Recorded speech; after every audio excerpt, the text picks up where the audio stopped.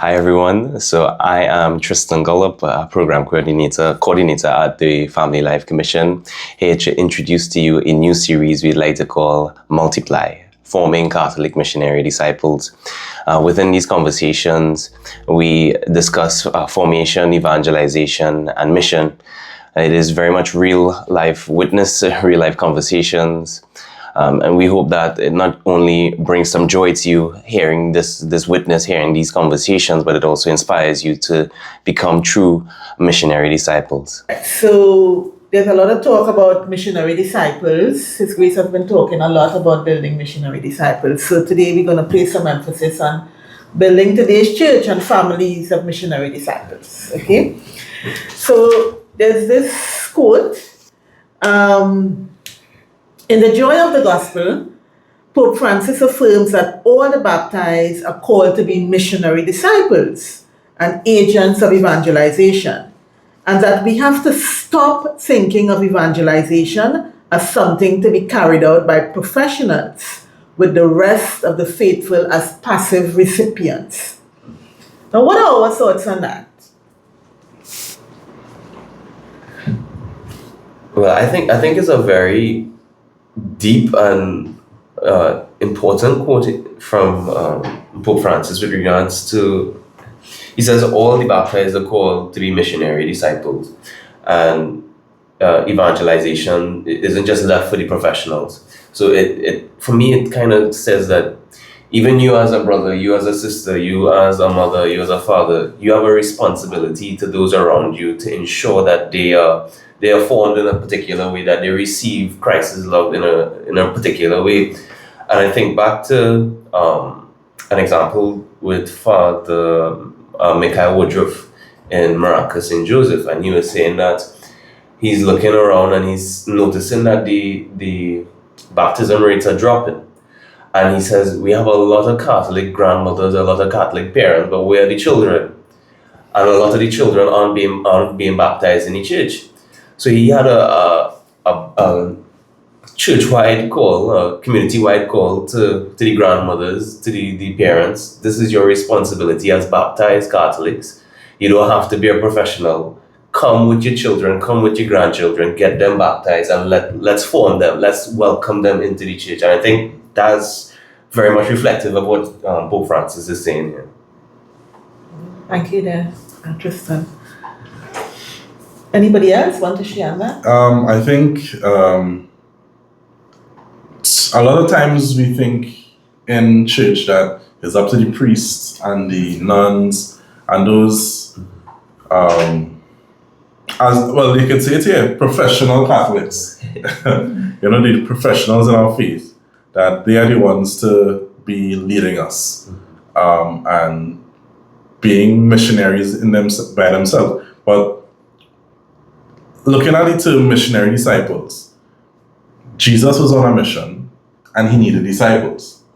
So therefore, we can be these missionary disciples if we are following what God is asking of us, being led by the ones that he has chosen to be leaders or the professionals in church, or therefore the priests, nuns, the archbishop, the pope, So that's where we come in, to me, I think, as missionary disciples. So we are following the lead of the clergy, of those professionals who are doing what God is asking. And not all the time if you look at the disciples in the Bible, sometimes they might have taken a little bit of initiative. Mm-hmm. And a lot of the times we tend to wait for the priest to say to do something. And it's not always you have to wait for the priest to do something. We can, initiate. This is our church. Mm-hmm. It's not the priest church alone. So I think, sometimes I think there was a parish priest who was saying, sometimes he wants to see what is happening in the parish first before he can, make decisions. But I know sometimes you would see, okay, we get a new priest, so we sit back and wait to see what the priest wants to do. Mm-hmm. So it's almost like a stay of competition, and nothing is happening. Yeah. So I think that is where, us as missionary disciples come in to kind of bridge that gap with the, what you will call the, maybe the regular folk, the folk that might not be as involved in things in church, and who need guidance as well. And I think we, as the missionary disciples, are that bridge between the priests and those regular, quote-unquote, persons in the church. Thank you, Dave.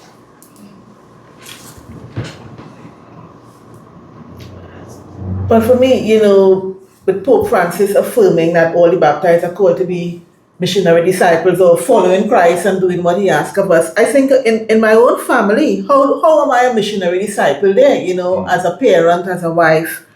And I think it's when we encourage the children to go to church with us, but not just go to church, but also to pray. When we're praying together as a family, and the things that we do in the family to help us to be a better family. So how we treat with one another in the family are ways that I think that we are being missionary disciples, that Christ is in us and we are sharing Christ with each other. So that's one way. And I'm happy that these professionals to be carried out by professionals, because so many times we wait on others, whoever those others are, whether it be the priest or the leader. But I think Pope Francis is saying to me, you follow Christ and do what he tells you to do. I feel it's like a personal call. Yeah. And don't wait on others to or what you're feeling to do. Because so many times I'm not feeling to do that. Now that's for that person. But I think it's really an empowerment for me to, just as I deepen my relationship with Christ, he will ask me to do something and to listen to what he asks me to do. So that's how I see that there.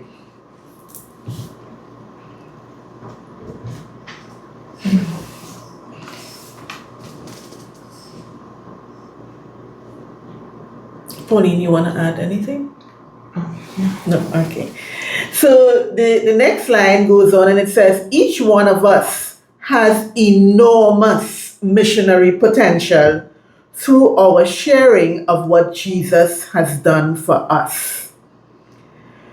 What has Jesus done for us? What has Jesus done for us? Yeah, Lord, he just died for us, and we have to basically realize that that time that we were touched by God's grace, we have this responsibility, and it comes sort of naturally. I think that you want to talk about something that has amazed you, something that has, you just want to tell the world that this is fantastic, this is wonderful.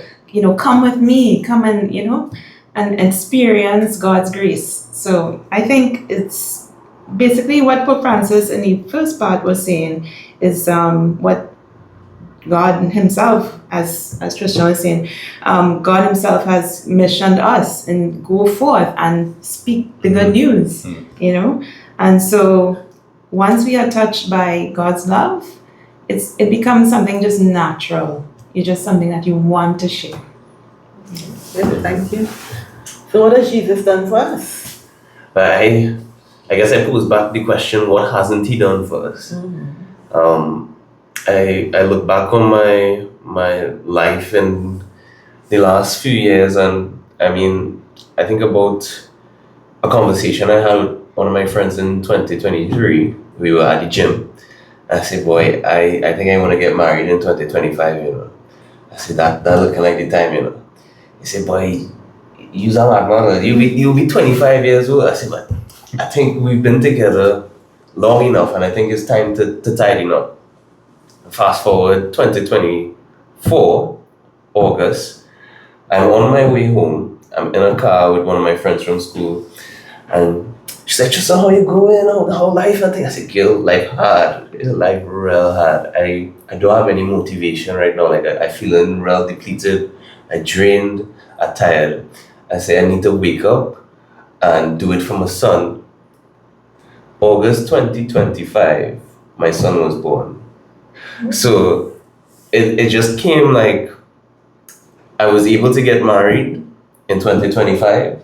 I'm able to have my son in 2025, and I feel very much blessed. So it's so much so like I visited my grandfather over the weekend, and we were able to link up with some of my friends from school and stuff like that, and they were like, Tristan, we knew it was written for you to get married, to have a child, or well, children, because they encouraged me to have another. they had to tease and tell me, oh, go ahead, have another one before us. But to me, that's what God's love is about, His mercy and His compassion for us. Like, regardless of the situation that you find yourself within, there's always a silver lining. Thank you, Tristan. What hasn't God done for me? I think there isn't anything He hasn't done for me in terms of I have a place that I call home. I have people that love me and I love, and He's always made a way. There have been times where I didn't wonder where the next meal was coming from, but I didn't know what was happening in the background. And looking back now that I have that sight, I understand that it's only God. Only by God is where I am, that I'm able to be where I am today. And I also have to thank Him, because somebody else might have not believed and fallen short, because they would have been upset that, why life had to be so hard for you. But God provided, and I think it goes back to having a mother who was always praying for me. I've sometimes seen this meme going around where they talk about in the middle of the night when you're sleeping, your mother coming and she whispering little prayers. Yes, I remember those days when I would be sound asleep, but for some reason, like somebody, I feel like a presence, and I kind of there's a mother praying next to me, and she blessed me with holy oil and whatnot. And I think those little things that she did for me, I am now reaping the benefits of those things, and I thank her for that, and I thank God for giving her the vision to do those things. So what He hasn't done for me, I don't know. Maybe He has more things to do for me. Maybe He's done everything He needs to do for me already, and just now for me to continue and thank Him for those things and do for others now. So He has done a lot. He has done a lot. Thank you. Yes. When you talk about, praying by your children's bedside, I do that. I just thought that was an old time thing, like who does that? That old mothers. But I know my mother used to do that with us, and recently, not recently, every so often I would go in the children's room when they're sleeping and anoint them and pray, pray with them. And I feel awkward doing it, but I know I should be doing it as your mother. This is one of my responsibilities. So as you talk about that, I remember that. But what has God done for me? I mean, so many things that sometimes I don't know where to start. But an immediate thing would be things hard financially. And I remember when our son was getting into university, we had told him that you can only go to university if you get a scholarship. And as if God wanted to show off, He was able to grant him 2 scholarships, to go to university. And to me, that was just God saying, oh, you really want to test me? Well, you can't test me, just trust me. Yes. And, He, seeing God provide and continuing to provide for that child in university abroad is where I see God's hand continuing to work in my life and how He continues to show up amongst many other ways. Amen. Praise God. Yes. So, how has God shown up in your life? You viewers, how has God shown up in your life? We'd love to hear. So, we continue the discussion on missionary disciples. I would love your input as we continue. Thank you. Thank you.